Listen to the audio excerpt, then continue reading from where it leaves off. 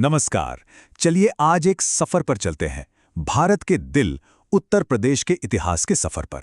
ये सिर्फ एक राज्य की कहानी नहीं है, बल्कि ये वो जमीन है जहां बड़े-बड़े साम्राज्य बने और बिखरे, जहां ज्ञान की पहली किरणें फूटीं और जहां से आजादी की पहली सबसे अहम चिंगारी भड़की।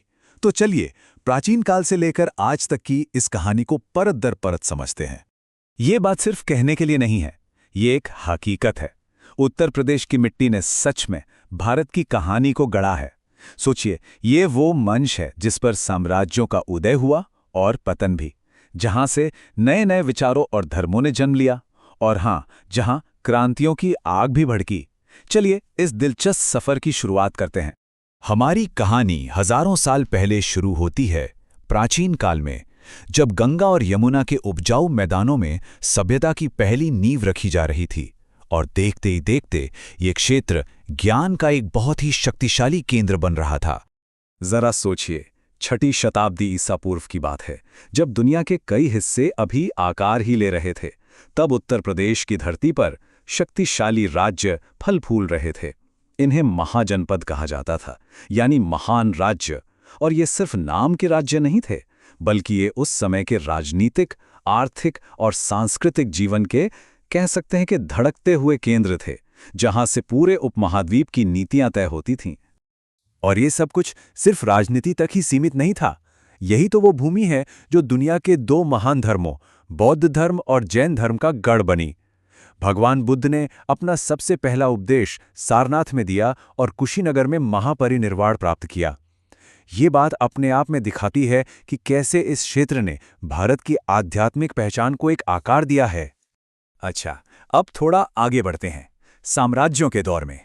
मौर्य काल में सम्राट अशोक ने यहीं से बौद्ध धर्म को पूरी दुनिया में फैलाया। और फिर आया गुप्त काल, जिसे भारत का स्वर्ण युग यानी गोल्डन एज कहा जाता है।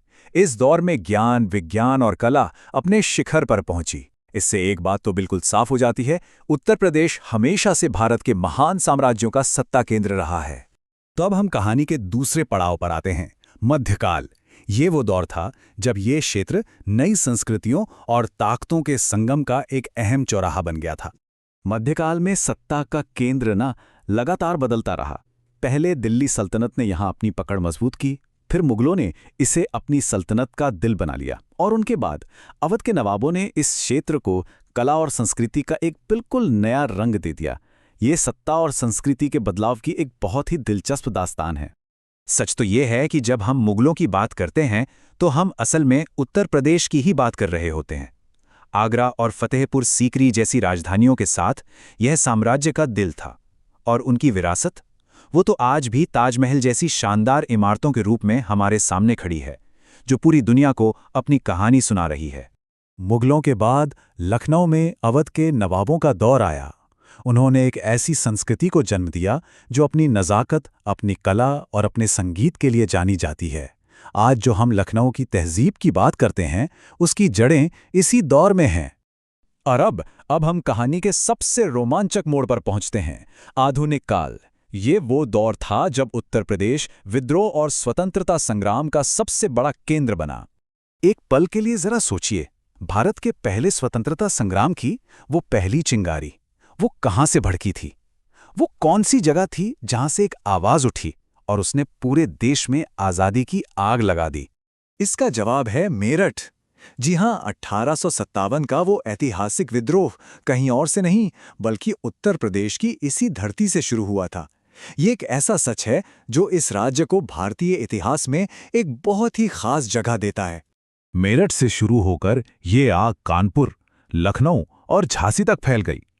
रानी लक्ष्मीबाई, मंगल पांडे और बेगम हजरत महल जैसे शूरवीर इसी मिट्टी के नायक नायिका थे, जिन्होंने इतिहास की धारा ही बदल दी। 1857 के बाद भी आज़ादी की लड़ाई में उत्तर प्रदेश हमेशा सबसे आगे रहा।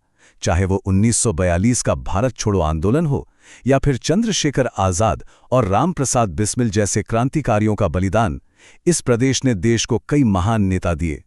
तो हमने प्राचीन, मध्यकालीन और आधुनिक युग का ये सफर तय किया।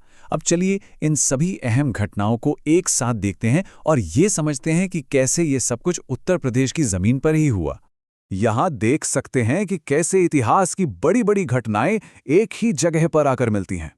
बुद्ध के ज्ञान से लेकर 1857 की क्रांति तक, मुगलों की शानो शौकत से लेकर नवाबों की नजाकत तक, इन सभी का केंद्र उत्तर प्रदेश ही रहा। ये वो जगह हैं जिन्होंने भारत का भाग्य लिखा। तो जैसा हमने देखा, उत्तर प्रदेश का अतीत बहुत ही गौरवशाली रहा है। लेकिन सवाल यह है कि भविष्य क्या लेकर आएगा? इतिहास की इतनी समृद्ध विरासत के साथ यह प्रदेश अपनी कहानी में अगला अध्याय क्या लिखेगा? ये एक ऐसा सवाल है जिस पर सोचना तो बनता है।